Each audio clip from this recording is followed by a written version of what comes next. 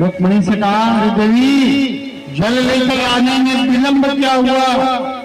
कि भगवान अपने अस्त्र से उनके पैर को धोने लगे।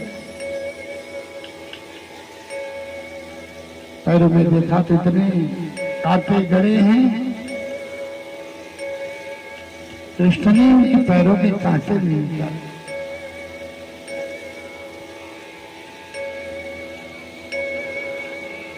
उसके बाद फिर अपने बराबर में तो बैठाएंगे ना, फिर स्नान कराए, भोजन कराए, नए नए वस्त्र, द्वारका पुरी का वस्त्र पहनाए पीताम्बर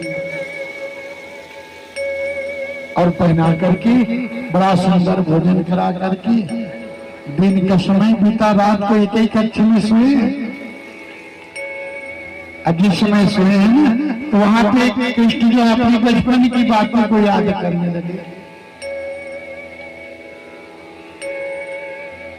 बचपन की बातें को याद करते करते कृष्ण ने पूछा, अरे मित्र तुम्हारा शादी भी हुआ है? सुदामा जी ने कहा, भैया शादी भी हो गया है और बाल गोपाल भी हुए हैं। अरे वाह, ऐसी बात है, तब तो भाभी ने मेरे लिए कुछ न कुछ तो भेजा होगा। और जहां कृष्ण ने कहा कि मेरी भाभी ने कुछ न कुछ तो भेजा होगा, तो सुदामा जी अपनी पोतली को छुपाने लगे, कभी इधर करते कभी उधर करते। और इधर लोग जाने बहुत देर तक के भगवान श्याम सुंदर उसको देखने लगे, फिर मांगा भी और जब नहीं दिया अच्छी करके पोतली को खोलने लगे और खोल करके फिर एक मुट्ठी चावल लेकर भगवान श्याम सुंदर जो ग्रहण किए।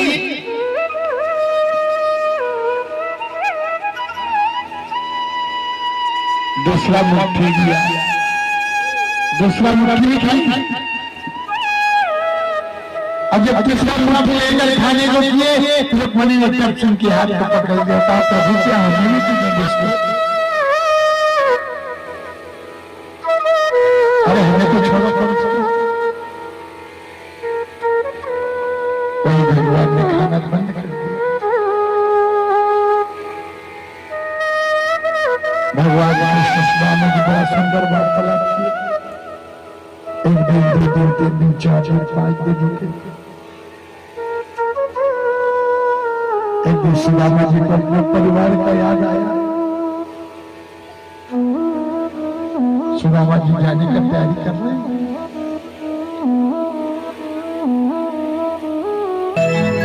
अजय मशरे